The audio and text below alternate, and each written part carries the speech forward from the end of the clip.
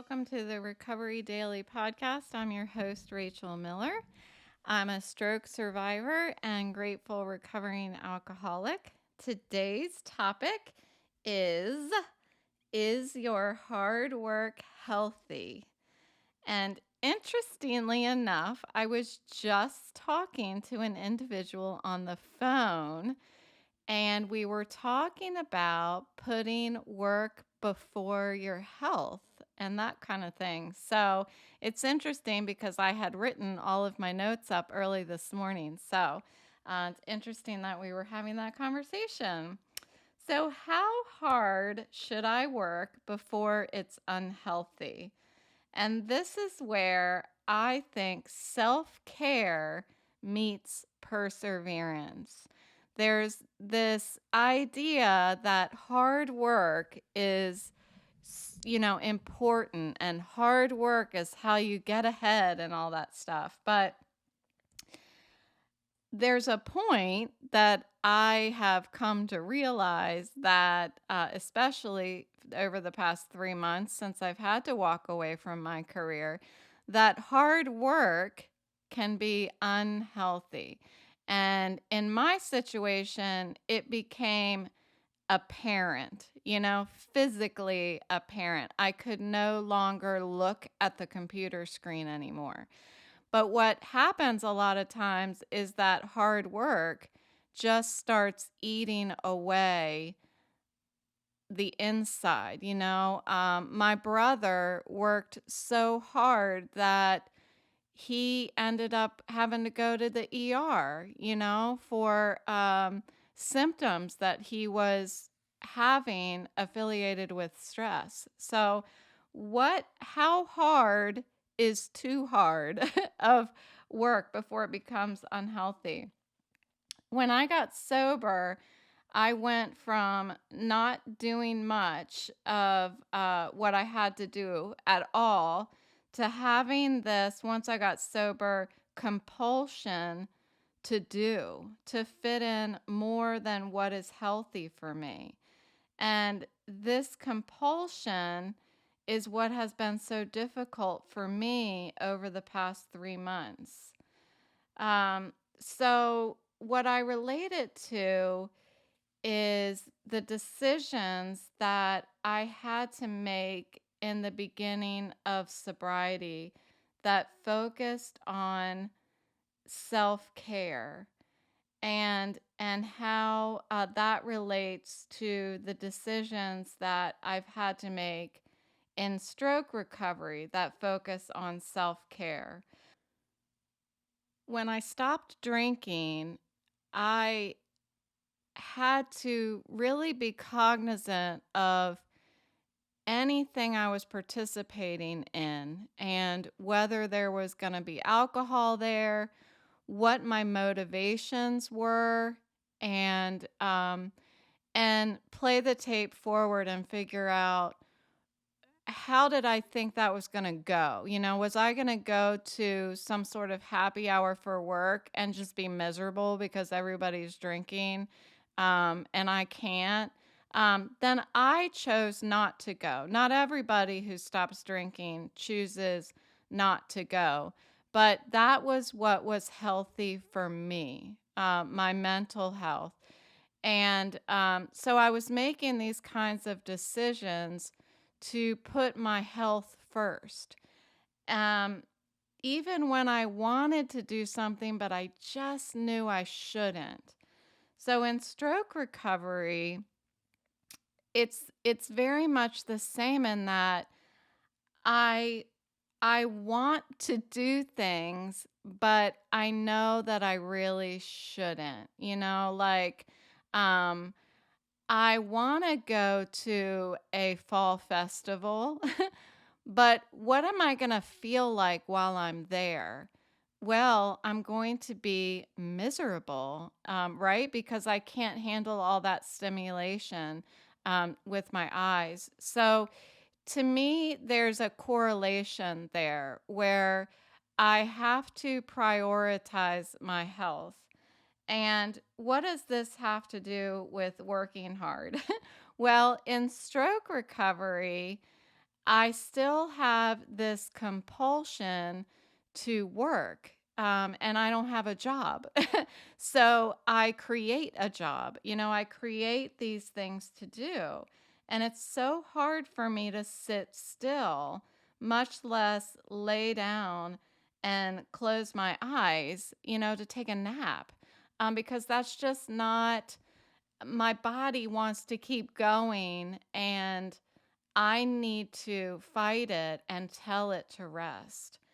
Um,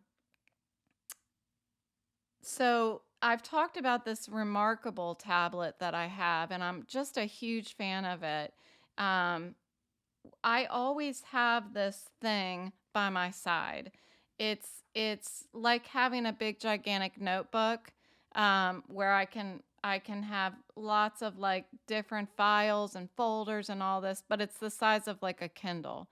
And you just use a pen and you write on it. It has no backlight, and it's digital in a way that I can export it to a computer if I wanted to. It's really cool. So it attaches to Wi-Fi and stuff. But when I look at it, it's like looking at a piece of paper. So it really is much easier on my eyes. And so because I have this compulsion, I feel like it is a compulsion to, my brain just doesn't stop. And that was one of the reasons why I liked to drink, because it slowed my brain down.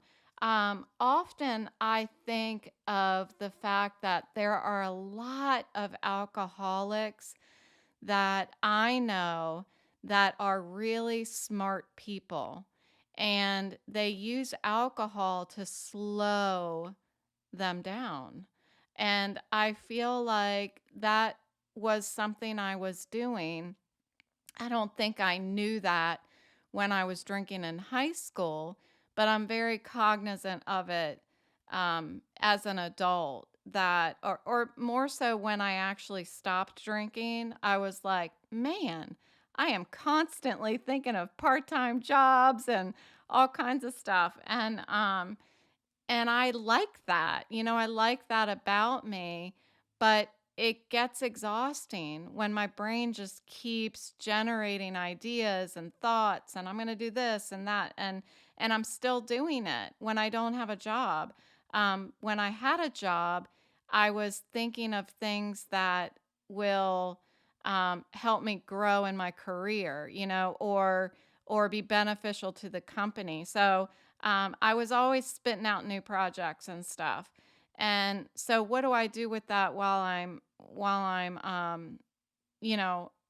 on disability? Well, I'm still coming up with ideas, and I need to sift them through my, like, is this good for my brain or is it not good for my brain? Is it good for my eyes or not good for my eyes? So the point of my remarkable is I can use it to write down all of my ideas, all of my feelings, all of my worries. I write down my podcast notes.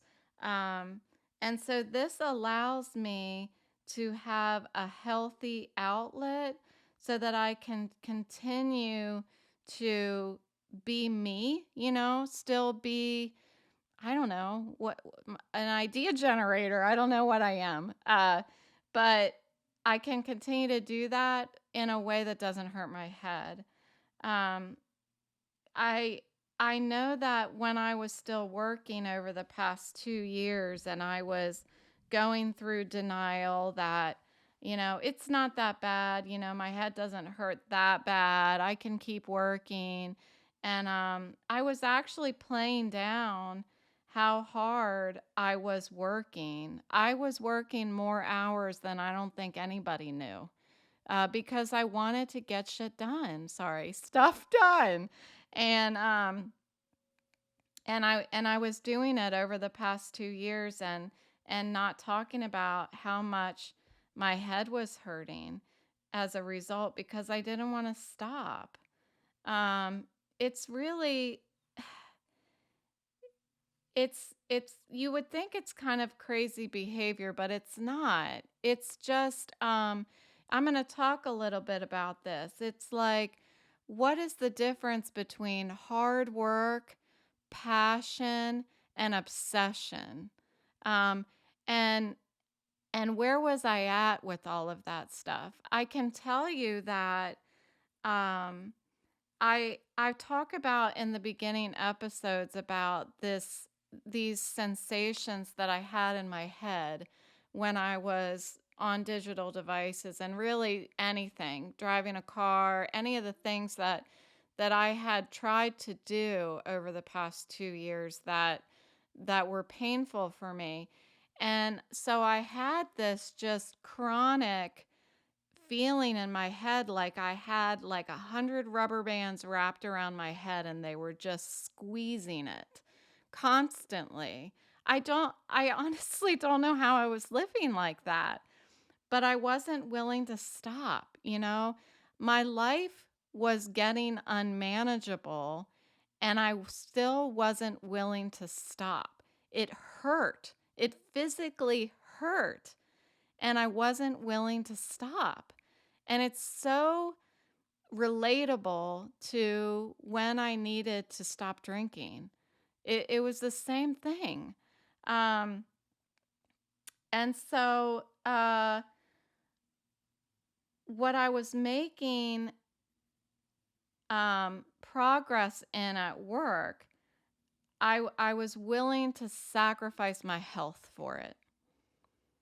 And over the past 3 months, I've constructed new goals. You know, I have this podcast and I have some other projects in the works that I haven't really yet shared. It's a mystery. But I'm excited about them, and I need to really constrain myself from doing things um, and force myself to nap and listen to my Audible and rest my head. And I get to the point where I don't know if any of you remember, but I had one of the episodes at the very end. I said that I was creating a commercial for my podcast. And I thought, I'll just do like 1 minute every day towards this commercial because I have all the time in the world, right? Well, I realized after like maybe not a month, but a couple weeks that was crazy. That was obsessive behavior. That was not hard work. It was not passion. It was obsessive behavior for me to think that I needed to do that. That's not the purpose of this podcast. This podcast is focused on my health and the health of anyone who's listening. So, one of the things that I've done over the past 3 months is I started going to some stroke support groups. And one of the stroke support groups that I went to, since I was new, they allowed me to introduce myself and share a little bit about how I'm handling my recovery. And what I shared with them was this fact that I have a hard time slowing down and that I try to force myself to take a nap. But what I also said is that I'm increasingly getting new hobbies. And one of them is sewing. I've never been a sewer. I actually, if mom is listening, she knows I was not a fan of going to the fabric store. I hated going to the fabric store when I was growing up. And like 2 weeks ago, I voluntarily walked myself into a fabric store with my niece to pick out some fabric for a quilt that I'm sewing for a friend of mine. So, I'm creating these new hobbies and I love it. I'm enjoying it. This is a time in my life that, um, as long as my pain in my head is managed, which I'm still working with my neurologist on that, but when it is managed, then I get to enjoy hobbies that I never would have even tried because I was too busy doing things that I would have been able to do if I could use my eyes, like go running and all these things that are a little more physically active that I can't do now. So, I shared about this in the stroke support group. And what they said was there was a psychiatrist, sorry, who was leading the meeting, and she polled everybody there. There was like, I think there was like 12 people. I can't remember if that was the one that had 30 people. Anyway, a lot of people. And she asked them, who here takes a nap every day? And probably 80% of the people there raised their hand and said that they take a nap. So that's important to me because it makes me feel like that's the importance of finding people like me who are going through things that I'm going through. It was the same value that I got out of my sobriety program, where people are saying, yeah, me too, you know. So now I know. I was having a hard time taking a nap the past week, and this week I've been back on really trying harder, to slow down. If I have to meditate or, just clear my mind, whatever you want to call it, I try harder to take that nap in the afternoons because I know that it's important for people with traumatic brain injuries, and that's what a stroke is. So, they also said, the neuropsychiatrist said, psychologist, I don't know why I can't figure out which one it is. Anyway, she said sewing is not resting, Rachel. So only resting is resting. And we talked about that challenge of when you're napping or you're resting, you're thinking you're not doing anything. And I talked about that in a previous episode, that napping, resting, it is doing something. Even though it doesn't feel like it, resting is doing something. Um, so I'm always thinking about, when I lay down, I could be working. I could be doing this. I could be working on a podcast. I could be writing a blog. I enjoy creating new things for me to do, whether a job or not. And I didn't know that until I had no job. And I'm still like trying to, I'm making up shit for me to do. And I'm making it up like this is important, Rachel. This is important that you write this blog. This is important that you do XYZ. And because I love challenges. And so the popular term for this when we're working is work-life balance, you know? But what I'm talking about is more of obsessive thinking and how it relates to work-life balance, because there's a difference between being passionate and obsessive thinking. Passion comes off as positive, and obsessive comes off as negative. Passion enriches your life, while obsession steals from your life, steals you away from your life. Passion is a commitment, but obsession can get you committed. By that I mean it can make you feel crazy. And I know that all too well. Um, other people don't get it. When you get into that obsessive thinking, they don't understand why you're so hyper focused on something and they think you're crazy, they'll say, why don't you just take a break. But when somebody is passionate about something, you don't get that kind of response. And I think what is missing in obsessive thinking as opposed to passion is keeping your values in mind. So I had an episode that included some stuff about values. And all of these terms about work life balance, hard work, passion versus obsession, they really depend on whether or not you're prioritizing your values.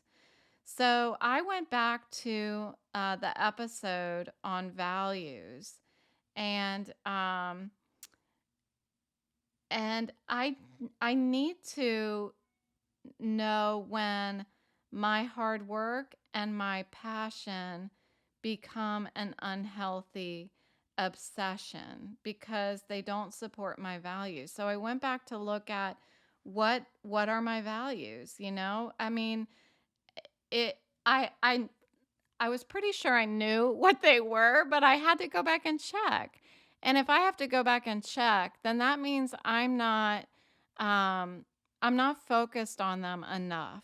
So, my values, just to recap from the other episode, my values are communication, health, and learning.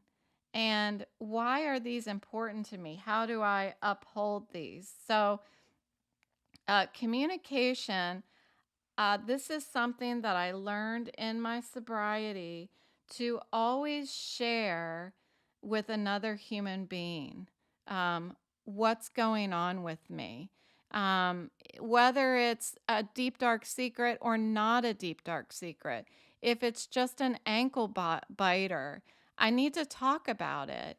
And I was the kind of person when I was drinking that I didn't always used to be this way, but towards the end of my drinking, I shut down entirely. I didn't share with other people anything because I got to the point where I didn't think anybody understood what was going on. I felt like I was unique. I talk about that all the time. So I value communication in that way, but also in the way that I think it's crucial that I listen to others with genuine interest. That doesn't mean I ask somebody how they're doing, and while they're talking to me, I'm I'm jotting down what I need to do that day, or I'm scribbling a picture, or I'm cleaning my house, if I'm on the phone. Like, I need to listen to others with genuine interest and be engaged. Active listening is what they call it in the professional world. And then my second value is health and taking care of the one and only body that I've got in this lifetime. And I spent the first half of my life killing this body that I had, doing every possible bit of damage that I could.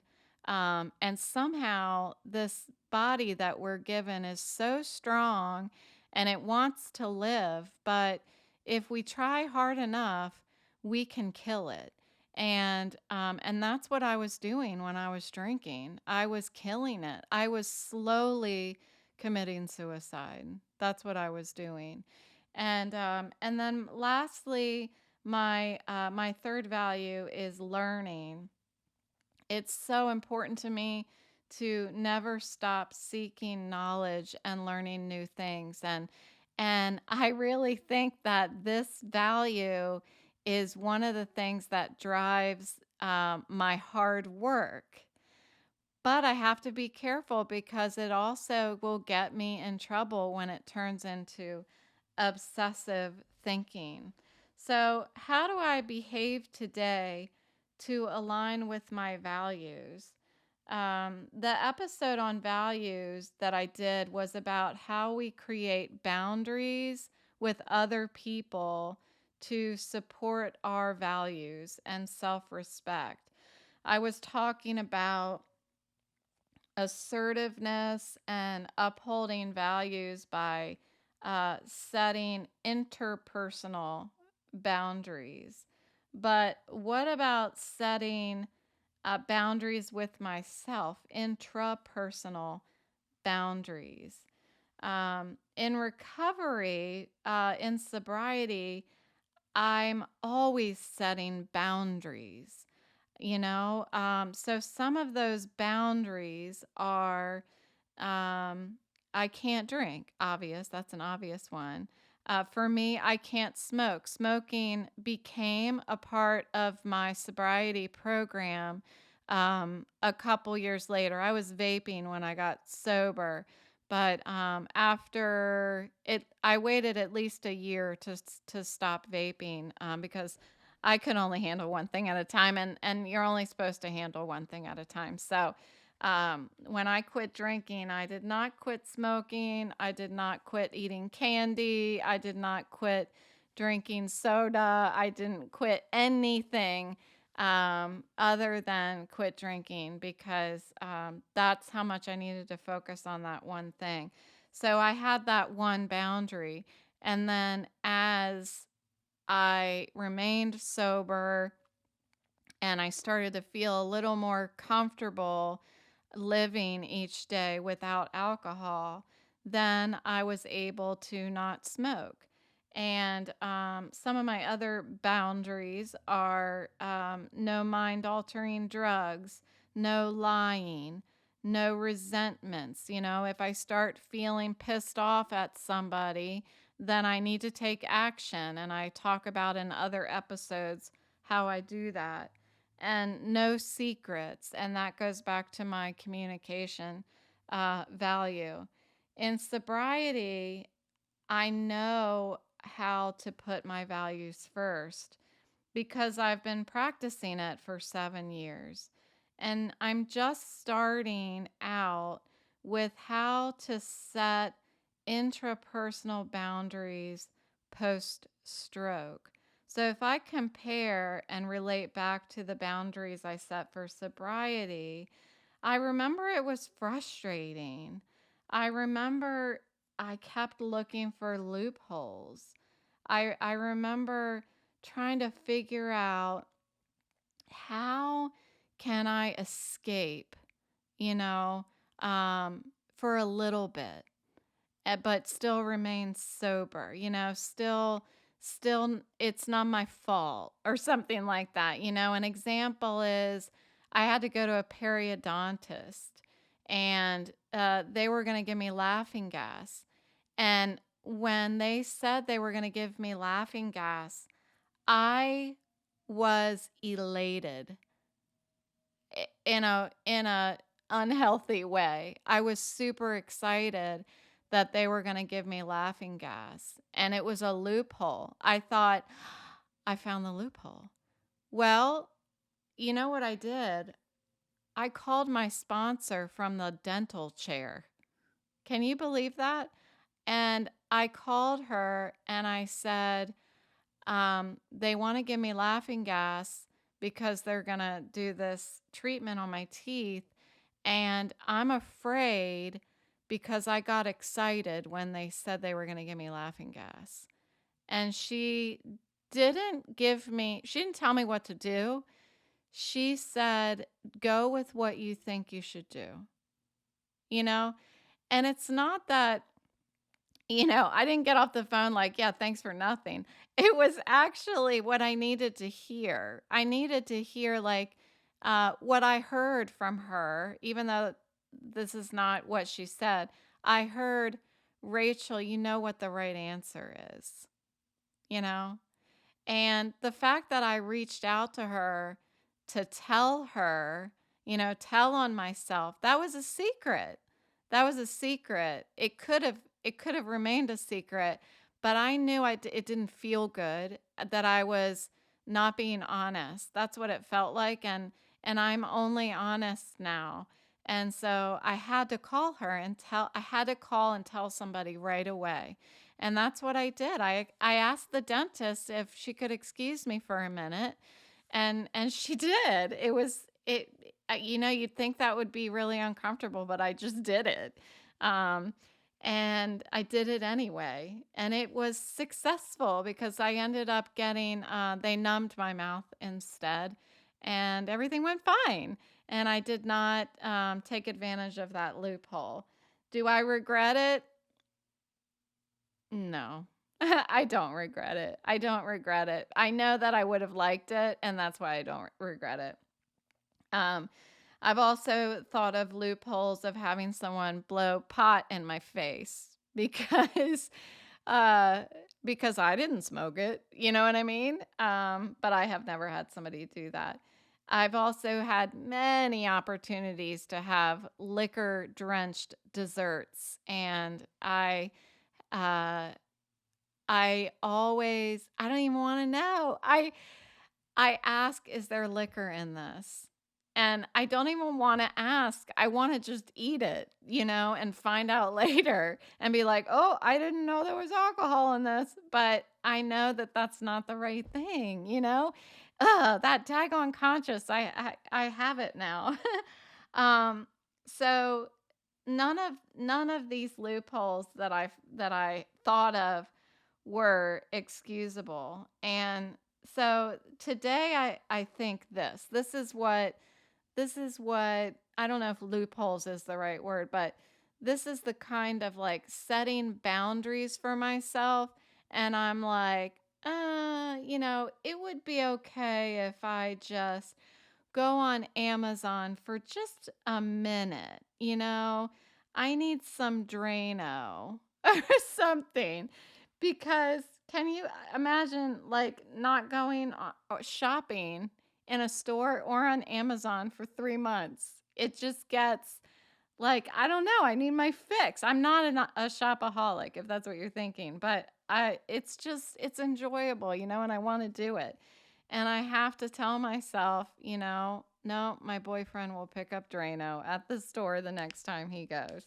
Um, Another thing is like, I I absolutely love looking at houses for sale. And I want so badly to like look what's on the market these days. We were thinking about moving down to Lake of the Woods last year, and we ended up not doing it for various reasons. But I really enjoyed looking at the houses down there. It's so pretty. And I've been dying to go online and look at the houses, and I can't. And so I have set a boundary for myself. And if I'm being totally honest, I was this close to logging on to Redfin and looking at houses at Lake of the Woods today. And I said out loud to myself, no, Rachel, you cannot do that. Like, I said it out loud to myself like I was a child, and I didn't do it. I also sometimes want to turn voiceover off on my phone because it it's there's a learning curve as I learn voiceover. And if I really want to search something real quick or something like that, I have this inclination to turn voiceover off and just do it really quick.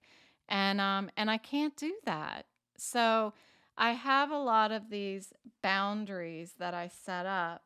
And and this is problematic when I don't set these boundaries and I'm like, all right, just a second. Let me just see what Halloween decorations are out there right now at Spirit Halloween or something like that. Because just allowing myself to look at digital devices for just a minute hurts my head. It will make me nauseous for an hour. If I look for a minute, I'm nauseous for an hour. And doing something like what it'll lead to is me thinking, well, how about I create a commercial for my podcast? Like what I did, or what I started to do a month ago, or however long ago that was. It becomes obsessive, you know? Um, it's, I mean, I'm going to say this, and maybe people who are suffering from alcoholism wouldn't like the fact that I'm comparing the two, but I'm going to do it anyway because I can do whatever I want. That is that when, you know, you take when you take alcohol away and you're an alcoholic, um, you can't just have one or you'll start drinking again. It's like you quit smoking, you can't just have one, you'll start smoking again. Well, I have found that if I have leeway with myself and allow myself to go online to do this or that, I start allowing myself to go online more and more and more. And then I end up feeling sick. And it's just not okay. I mean, I apologize for making that comparison to anybody who thinks it's ridiculous, but you get what I'm saying. Like, I need to set a boundary. A boundary is not, here, just have a little. It's no, you can't do that.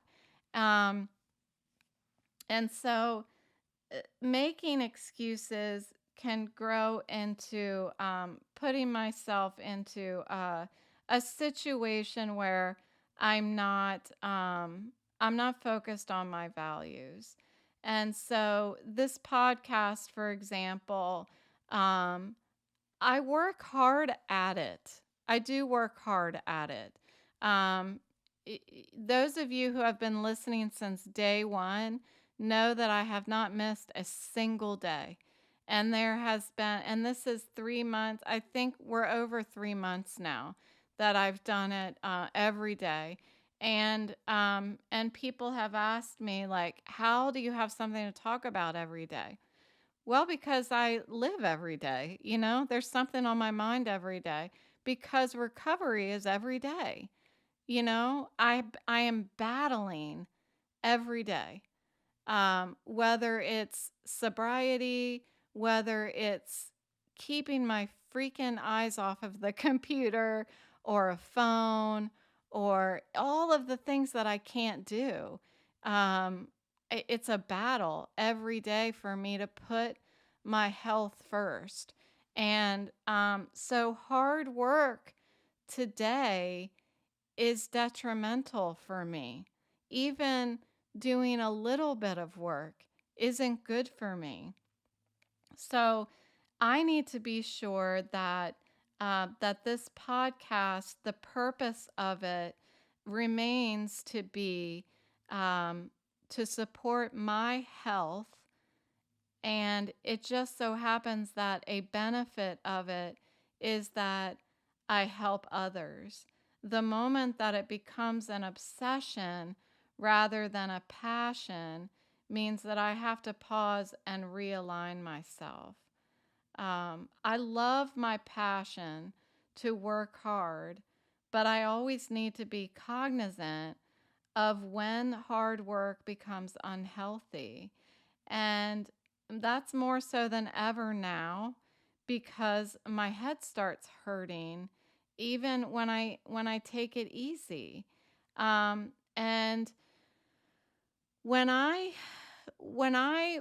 was working, um, when I first got sober, I was busy at work. I had a lot of things to do, I had a lot of people depending on me. But what other people had to tell me who cared about me and wanted me to get sober was that there is nothing in the world that is more important than my health. And that's why my health is one of my values, because I know that today. And just like that, when I had to leave my career that I loved, I was busy. I had a lot of things that I was, managing. And and I didn't want to walk away. I can't even tell you how much that felt like it was wrong for me to walk away. I was scared. I was scared that I wasn't going to have a job. I mean, I live for my job. What am I doing not having a job? I was terrified, but I knew that I couldn't keep going. Nothing's going to change unless something changes. And I probably would have ended up back in the hospital if I didn't walk away. And it's just, there's so many parallels between this this desire to work hard and not stop to get sober, and to work hard and not stop to recover from a stroke. I didn't want to do either of them until I had to. So if you classify yourself as a hard worker, take a moment today to assess if your hard work is aligned with your values. If you don't know what your values are, then take another minute and think of 3 things that you absolutely put first in your life. And if those 3 things align with the thing that you're working so hard at, then great. Mine does now. I'm in recovery, and my values are communication, which I'm doing through the podcast, my health, which is what the podcast is about, and learning, which I do every day researching for the podcast. So my life is revolving around my values right now. Are yours? Are you working hard at your values? Or are you working hard at something that has nothing to do with your values? If you are not focused on your values, then you probably need to realign. You probably need to pause and figure it out. Stop what you're doing and just figure it out. Because all you have to do once you figure it out is the next right thing. And the next right thing doesn't have to be a huge thing. The next right thing doesn't mean that, you have to sell your soul or anything like that. The next right thing is pick up the phone and call somebody because you need someone. You need to talk to somebody. Is the next right thing, I've got a lot of things bothering me. I need to make a doctor's appointment. Just the next right thing that aligns with your values. So that's enough lecturing. I felt like that today was a lecture. Yeah. So anyway, it was good for me. Whenever I'm lecturing, I'm actually telling myself these things. So I'm not lecturing you. I'm trying to get myself through the day to the next one. So thanks for listening, and I'll talk to you tomorrow.